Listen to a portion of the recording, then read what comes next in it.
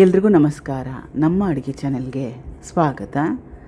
ಇವತ್ತಿನ ವಿಶೇಷ ಎಣ್ಣೆಯಲ್ಲಿ ಫ್ರೈ ಮಾಡದೆ ಎಣ್ಣೆಯಲ್ಲಿ ಕರಿದೇನೆ ಗರಿಗರಿಯಾಗಿರೋ ಅಂಥ ಉದ್ದಿನ ವಡೆ ರೆಸಿಪಿ ಯಾವ ರೀತಿ ಮಾಡೋದು ಅಂತ ನೋಡೋಣ. ಇದು ಮೊದಲೇ ನೆನೆಸಿಟ್ಕೊಂಡಿರೋ ಉದ್ದಿನಬೇಳೆ. 1 ರಿಂದ 2 ಅವರ್ ನೆನೆಸ್ಕೊಂಡ್ರೆ ಸಾಕಾಗುತ್ತೆ. ಉದ್ದಿನಬೇಳೆ ಬೇಗನೆ ನೆಂದೋಗುತ್ತೆ. ಜಾಸ್ತಿ ನೀರು ಹಾಕಿ ನೆನೆ ಹಾಕಿದರೆ ಎಕ್ಸ್ಟ್ರಾ ನೀರನ್ನ ತೆಗೆದುಬಿಡಬೇಕು. ರುಬ್ಬಕ್ಕೆ ಎಷ್ಟು ಅವಶ್ಯಕತೆ ಇದೆ ಅಷ್ಟು ನೀರನ್ನ ಹಾಕ್ಕೊಂಡ್ರೆ ಸಾಕಾಗುತ್ತೆ. ರುಚಿಗೆ ತಕ್ಕಷ್ಟು ಉಪ್ಪು.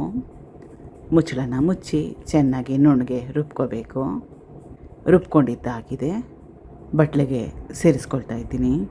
ಸಣ್ಣದಾಗಿ ಕಟ್ ಮಾಡಿ ಇಟ್ಕೊಂಡಿರೋ ಈರುಳ್ಳಿ, ಹಸಿರು ಮೆಣಸಿನ್ಕಾಯಿ, ಕೊತ್ತಂಬರಿ ಸೊಪ್ಪು, ಕರಿಬೇವಿನ ಎಲೆಗಳು. ಕರಿಬೇವಿನ ಎಲೆಗಳನ್ನ ಸಣ್ಣ ಸಣ್ಣದಾಗಿ ಈ ರೀತಿಯಾಗಿ ಮುರಿದು ಹಾಕ್ಕೊಂಡ್ರೆ ಫ್ಲೇವರು ಸುವಾಸನೆ ಚೆನ್ನಾಗಿ ಬರುತ್ತೆ.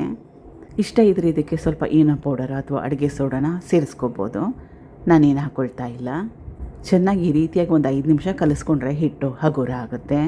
ಹಿಟ್ಟು ರೆಡಿಯಾಗಿದೆ. ಪೊಡ್ಡೆಂಚು ಕೂಡ ರೆಡಿಯಾಗಿದೆ.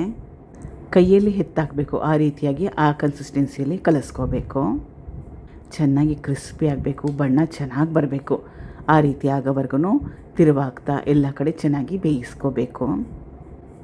ಇದಾಗಿದೆ. ಇವಾಗ ತಿಂದ ಮೇಲೆ ವಾಯ್ಸ್ ಓವರ್ನ ಕೊಟ್ಟಿರೋದು. ನಾರ್ಮಲ್ ಉದ್ದಿನ ವಡೆ ಅಥವಾ ಇದಕ್ಕೆ ಜಾಸ್ತಿ ಏನು ಡಿಫ್ರೆನ್ಸ್ ಇರಲಿಲ್ಲ. ಚೆನ್ನಾಗಿತ್ತು. ಕಾಯಿ ಚಟ್ನಿ ಜೊತೆಗೆ ಇದು ಒಳ್ಳೆ ಪರ್ಫೆಕ್ಟಾಗಿರೋ ಟೇಸ್ಟಲ್ಲಿ ಕೂಡ ಬರುತ್ತೆ. ಒಂದು ಸಲ ಟ್ರೈ ಮಾಡಿ. Thank you for watching. ಧನ್ಯವಾದಗಳು.